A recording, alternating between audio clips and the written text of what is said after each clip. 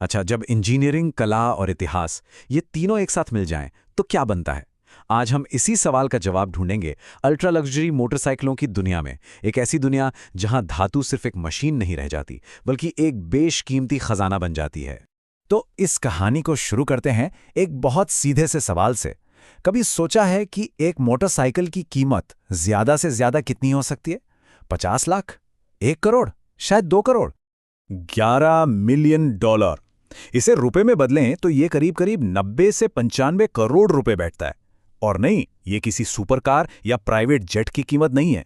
ये कीमत है एक मोटरसाइकिल की।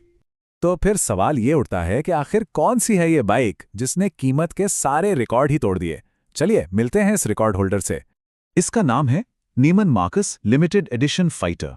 इसे बनाया था अमेरिका की कन्फेडरेट मोटर कंपनी ने और इसे बेचा गया था एक नीलामी में मशहूर लग्जरी डिपार्टमेंट स्टोर नीमन मार्कस के जरिए। तो नाम तो पता चल गया। अब जरा इस 11 मिलियन डॉलर वाली फाइटर को थोड़ा और करीब से देखते हैं और समझते हैं कि भाई इसमें ऐसा क्या है जो इसे दुनिया की सबसे महंगी बाइक बनाता है। अच्छा, अब इसके स्पेसिफिकेशंस देखिए, काफी दिलचस्प है। इंजन है 1966 सीसी का V twin जो करीब 120 हॉर्स पावर की ताकत देता है। टॉप स्पीड लगभग 305 किलोमीटर प्रति घंटा। और इसका फ्रेम, वो तो कमाल का है। वो बना है प्योर बिलेट एल्यूमिनियम से, मतलब एल्यूमिनियम के एक ही ठोस टुकड़े को तराश कर। यही चीज इसे वो अनोखा फ्यूचरिस्टिक लुक देती है। लेकिन इसकी कीमत का एक बहुत बड़ा राज इस नंबर में छिपा है, 45। पता है ये क्या है? पूरी दुनिया में ऐसी सिर्फ और सिर्फ 45 बाइकें ही बनाई गई थीं, और बस यही एक बात, इसकी यही दुर्लभता इसे इतना बेशकीमती बना देती है। सच तो ये है कि ये बाइक सड़क पर चलाने से ज्यादा एक आर्ट पीस की तरह देखी जाती है। एक कहावत सी बन गई है इसके बारे में कि ज्यादातर लोग इसे चलाने से ज्यादा डिस्प्ले करते हैं। जाहिर है, जब कोई चीज इतनी दुर्लभ हो तो वो एक बेशकीमती कलेक्टर आइटम तो बन ही जाएगी। लेकिन फाइटर इस लिस्ट में अकेली नहीं है। चलिए अब देखते हैं कि इस मल्टी मिलियन डॉलर क्लब में और कौन कौन सी बाइकें शामिल हैं। यहां पर ना वैल्यू की दो अलग अलग कहानियां देखने को मिलती हैं। एक तरफ है 1949 की E90 AJS पॉर्क्यूपाइन, कीमत करीब $7 मिलियन। इसकी इतनी कीमत क्यों है? क्योंकि इसका एक शानदार विंटेज रेसिंग इतिहास है। वहीं दूसरी तरफ है ECOS ES1 स्पिरिट। इसकी कीमत है करीब $3.6 मिलियन, और इसकी वैल्यू आती है इसकी F1 इंस्पायर्ड टेक्नोलॉजी और कार्बन फाइबर चैसिस से। मतलब एक की कीमत इतिहास में है तो दूसरे की भविष्य की टेक्नोलॉजी में।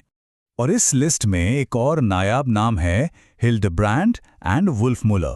साल था 1894 और ये इतिहास की पहली प्रोडक्शन मोटरसाइकिल मानी जाती है।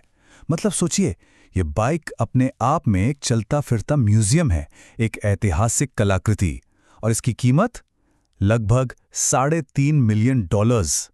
ये टाइमलाइन पूरी कहानी को बहुत अच्छे से समझाती है। देखिए, वैल्यू कैसे अलग अलग दौर से निकल कर आती है। 1894 में पहली प्रोडक्शन मोटरसाइकिल बनी, वो एक वैल्यू है। फिर 1949 में रेसिंग का इतिहास बना, वो दूसरी तरह की वैल्यू है।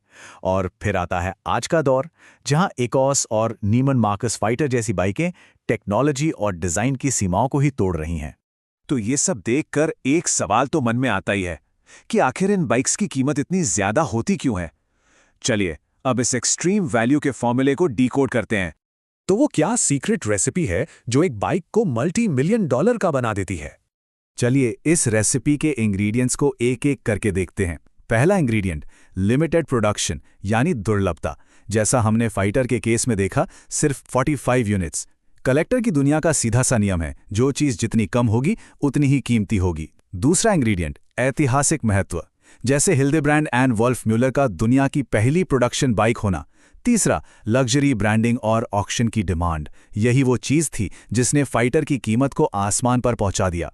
और चौथा इंग्रेडिएंट, एडवांस टेक्नोलॉजी और टॉप क्लास मटेरियल, जैसा हमें ECOS स्पिरिट में देखने को मिला। ये सब बातें हमें एक बहुत ही दिलचस्प सवाल पर लाकर खड़ा कर देती हैं। क्या ये सिर्फ एक बाइक है या फिर एक इन्वेस्टमेंट पीस? ये मशीनें ना मोटरसाइकिल की जो पारंपरिक परिभाषा है उसे पूरी तरह से बदल देती हैं। असल में ये सिर्फ गाड़ियां हैं ही नहीं, ये तो चलती फिरती मूर्तियां हैं, मोबाइल स्कल्पचर्स। ये इंजीनियरिंग के माइलस्टोन्स हैं, ये ऐतिहासिक कलाकृतियां हैं। और सबसे बड़ी बात, अक्सर समय के साथ इनकी कीमत घटती नहीं बल्कि बढ़ती है, और यही बात इन्हें एक बेहतरीन निवेश भी बना देती है। तो आखिर में सवाल फिर वहीं आकर रुकता है कि ये जो मशीनें हैं, ये सिर्फ एक बाइक है या फिर इतिहास का एक चलता फिरता टुकड़ा? सोचने वाली बात है ना।